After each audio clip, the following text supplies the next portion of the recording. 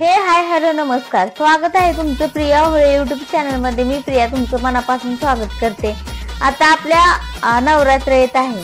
मी काल दसरा पण काढला, त्यामुळे मला काय एवढा जे टॉपिक असतो आपला त्यावरती मला व्हिडिओ बनवणं जमलंच नाही, कारण मी पूर्ण दिवस माझा हा म्हणजे की म्हणतात की थोडक्यात मी माझा पूर्ण दिवस हा दसरा काढण्यामध्ये गेला। कारण मी एकटीने दसरा काढला नाही बरं का। मला खरंच मला खूप छान वाटतं की मला असं जोडीदार भेटलाय की जी मला प्रत्येक गोष्टीमध्ये मदत करत असतो। एवढंच की नाही तर असं मी पण सुद्धा वाटत नाही माझ्या नवऱ्याला, म्हणजे की माझा जोडीदार मला भेटलाय की देवानं कुठल्या तरी जन्मी मी एवढं पुण्य केलं असेल की मला एवढा चांगला नवरा भेटलेला आहे। आणि खरंच मला प्रत्येक गोष्टीमध्ये आणि प्रत्येक मला काम असेल किंवा काय माझे प्रत्येक भावना ते समजून घेतात। म्हणजेच की आता दसरा काढणं म्हणलं तर काही सोपी गोष्ट नाही बरं का। कारण का दसरा काढणं म्हणजे की एखाद्या बाईचं किती हाल होतात की सगळं एकदम काना कोपरा अगदी घरातली चिंदी ना चिरली धुवावी लागते आणि एकदम पूर्ण स्वच्छता आपल्याला करावी लागते। कारण आपल्याला आता घट बसत असतात महाल,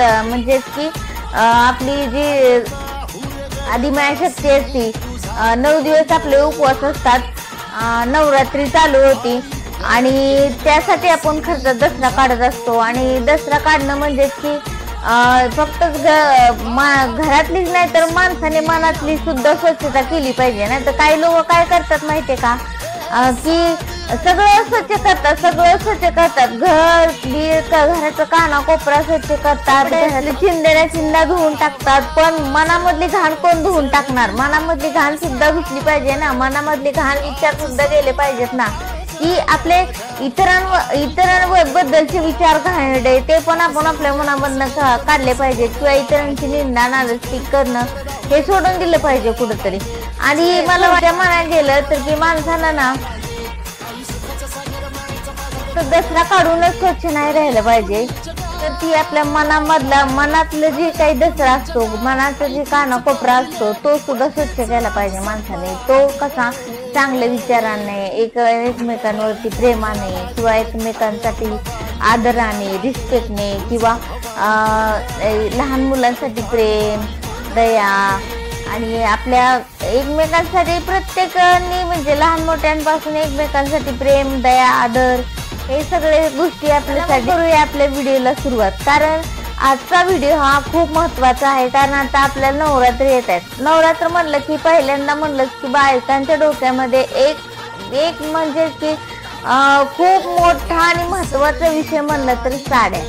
प्रत्येक जेव्हा आपला घट बसतो त्या दिवसापासून देवीच्या अंगावर जी साडी असते ती प्रत्येक महिला मध्ये कुठलाही म्हणजे की चुकीचं नाहीये की देवीच्या अंगावर जी साडी घातलेली आहे त्या कलरची साडी पण आपण घातलं पाहिजे।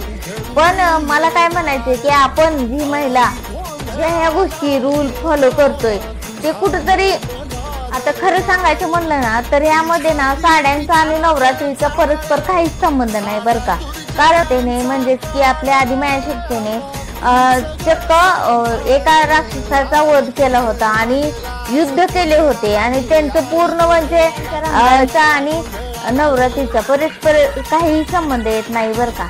आणि मला स्त्रियांना आणि जे काय आता जे फक्त आणि फक्त फोकस करतायत की साड्या प्रत्येक जे नवरात्रीमध्ये देवीला घालतायत साड्या त्याच मॅचिंगची म्हणजे की त्याच कलरची साडी पण आपण प्रदान केली पाहिजे, हा करा। परंतु काय माहितीये का की यातून आपण फक्त फॅशन आणि साड्यांचा आपण जे काही म्हणजे नवरात्र उत्सव आपण साजरा करतो ठीक आहे केलंच पाहिजे, कारण खूप महत्वाचं आहे नवरात्र उत्सव आपण साजरा करणं।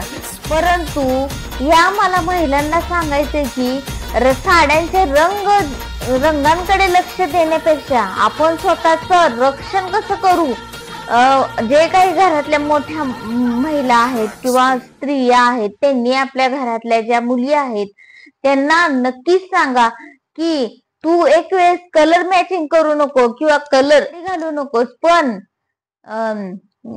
जी साडी म्हणजे की पण स्वतःचं रक्षण कर तू, कारण स्वतःचं रक्षण करणं ही खूप काळाची गरज आहे। मी तुम्हाला माझे मागचे पण व्हिडिओ सांगितलेलेच आहेत, परंतु आता नवरात्र येत आहे आणि त्यामुळे मला हा व्हिडिओ काढावासा वाटला की साड्यांचा आणि नवरात्रीचा परस्पर काही संबंध येत नाहीये बर का.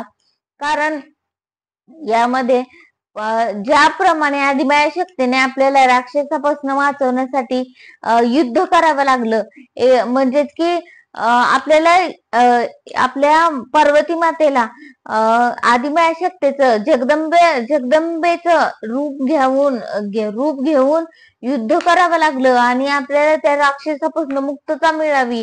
सगळ्यांना पृथ्वी तलावर ज्यांनी हाहाकार मचवला होता, महिषासुराचा वध केला होता त्यांनी, तर मग त्याचप्रमाणे आता जे काही गोष्टी घडतायत समाजामध्ये मुलींबरोबर महिलांबरोबर, त्यासाठी लढायचे आपल्याला. आणि त्या गोष्टी मुलींनी जास्त करून त्या गोष्टींकडे लक्ष दिलं पाहिजे की आपण आपली सुरक्षा कशी केली पाहिजे आणि आपण त्या स्वतःचं संरक्षण कसं करता येईल, स्वतःचं रक्षण करता येईल किंवा आपल्या लहान मुलींचं रक्षण कसं करता येईल याकडे जास्त लक्ष दिलं पाहिजे नवरात्र म्हणलं तर.